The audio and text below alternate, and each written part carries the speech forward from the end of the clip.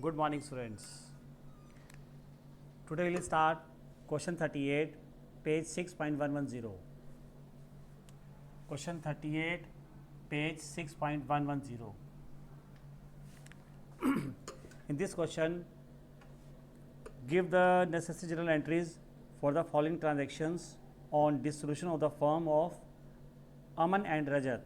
अमन रजत दो पार्टनर्स हैं. इनकी फर्म मार्च 2016 में हम इसको डिसॉल्व करने जा रहे हैं. After the transfer of various assets other than cash and third party liabilities to realisation account. Assets को अदर देन कैश को छोड़कर बाकी सारी एसेट्स हमने इस रियलाइजेशन अकाउंट में ट्रांसफ़र कर दी हैं और थर्ड पार्टी सारी लाइबिलिटीज़ हम ऑलरेडी रियलाइजेशन अकाउंट में ट्रांसफ़र कर चुके हैं. अब इसके बाद जो हमें ट्रांजेक्शन्स दी जा रही हैं इसको हमें जनरलाइज करना है. So they share the profit losses in the ratio 2:1 और इनका प्रॉफिट शेयरिंग रेशो 2:1 है अमन और रजत का. First transaction is this. There was a bill of exchange of 10,000 rupees under discount. Bill was received from direct who became insolvent.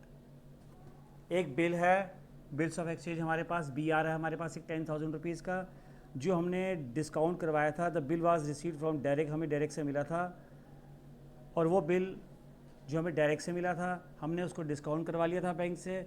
अब वो bill dishonour हो गया क्योंकि डायरेक्ट इंसॉल्वेंट हो गया. तो बिल का डिसऑनर होने के बाद वो लाइबिलिटी अब हमें पे करनी होगी.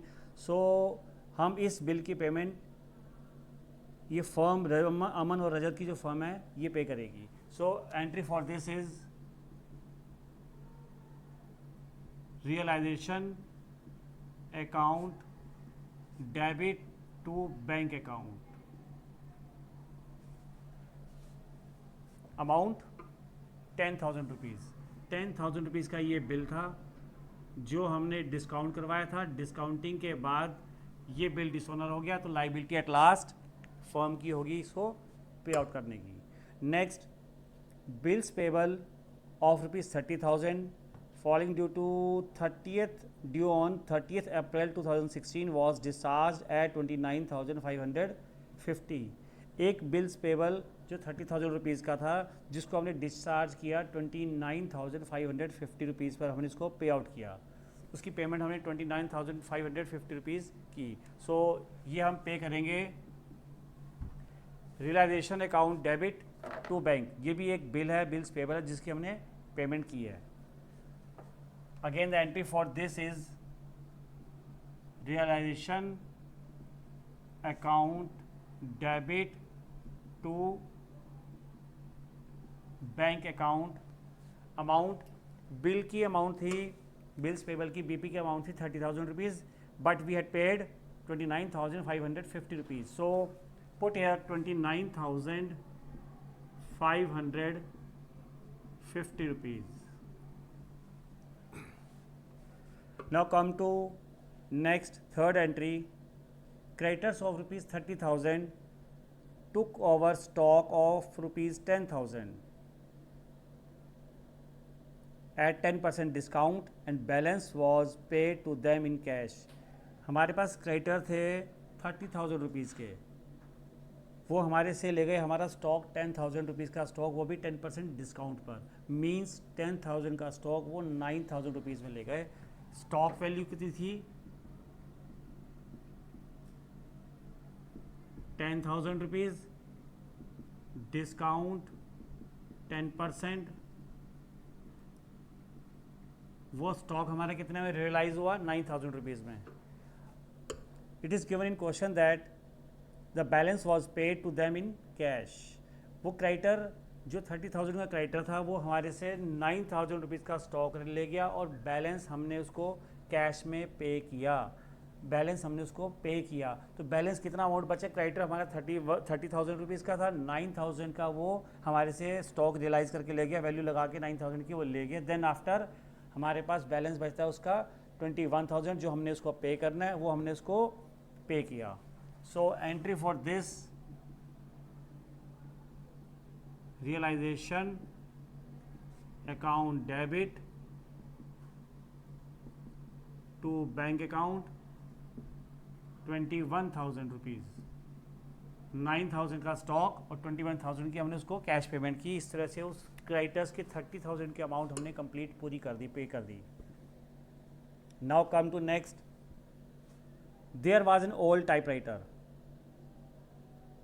एक ओल्ड टाइपराइटर है which had been written off completely, जो कि पूरी तरह से राइट ऑफ हो चुके हैं। हमारी बैलेंस शीट पे उसकी कोई वैल्यू नहीं है।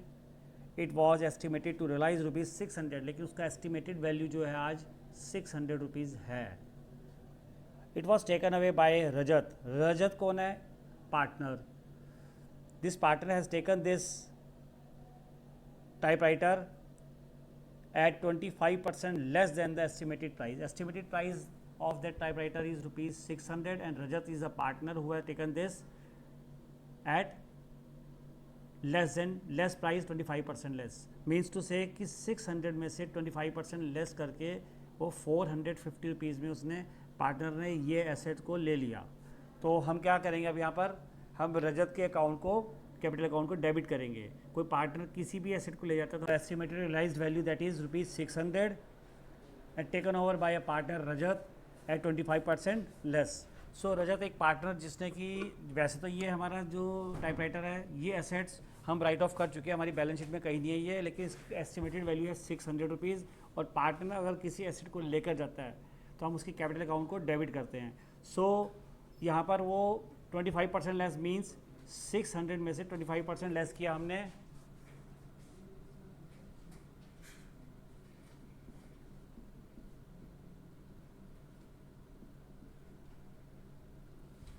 लेस 25%, 150, 450 इसकी वैल्यू है। जिस वैल्यू पर रजत इसको ले गया था, तो हम रजत के कैपिटल अकाउंट को ₹450 से डेबिट करेंगे। और it is given in the question already that all these assets or liabilities, third party liabilities are to be transferred already in realization account। तो इसलिए हम इससे रिलेशन अकाउंट से इसके एंट्री बनाएंगे। Rajat capital account debit to realisation account by ₹450। Now come to next E part. Aman agreed to take over the responsibilities of completing this solution at an agreed remuneration of ₹1,000 and to bear all realization expenses। अमन इसके लिए agree हुआ कि dish solution का जितना भी खर्चा होगा वो सारा वो खुद बियर करेगा। उसके अगेंस्ट उसको ₹1,000 relation as a relation expenses उसको रेमुनरेशन मिलेगा। Actual relation expenses 800 were paid by firm.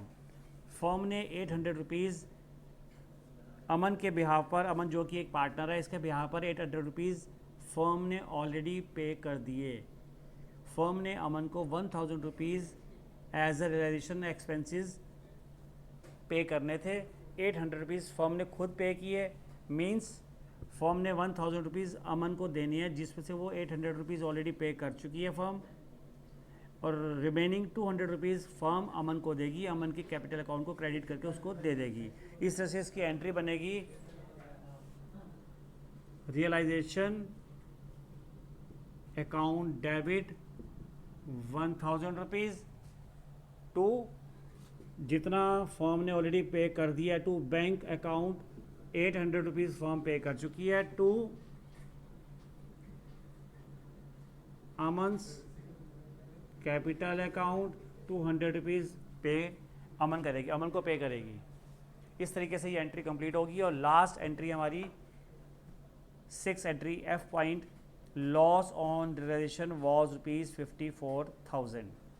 54,000 का रियलाइजेशन अकाउंट से लॉस आया। ये एक सिंपल एंट्री जैसे कि हम पहले भी बनाते हैं। रियलाइजेशन अकाउंट से जो भी लॉस आता है हम क्या करते हैं, पार्टनर्स के कैपिटल अकाउंट को डेबिट करते हैं। अगर कोई प्रॉफिट आ जाता है then will credit the partners capital account. Now in this point we have to debit the partners capital account to realization account। so ये एक सिंपल एंट्री है जो हम डेली कर रहे हैं। Aman's capital account debit Rajat capital account debit to realisation account. Amount Aman के capital account को हम डेबिट करेंगे 36,000 लॉस, और रजत का हुआ 18,000। Their ratio is given in the question, that is 2:1। इस तरीके से ये लॉस दोनों को कैपिटल अकाउंट को डेबिट करके ट्रांसफर हो जाएगा। In this way this question is to B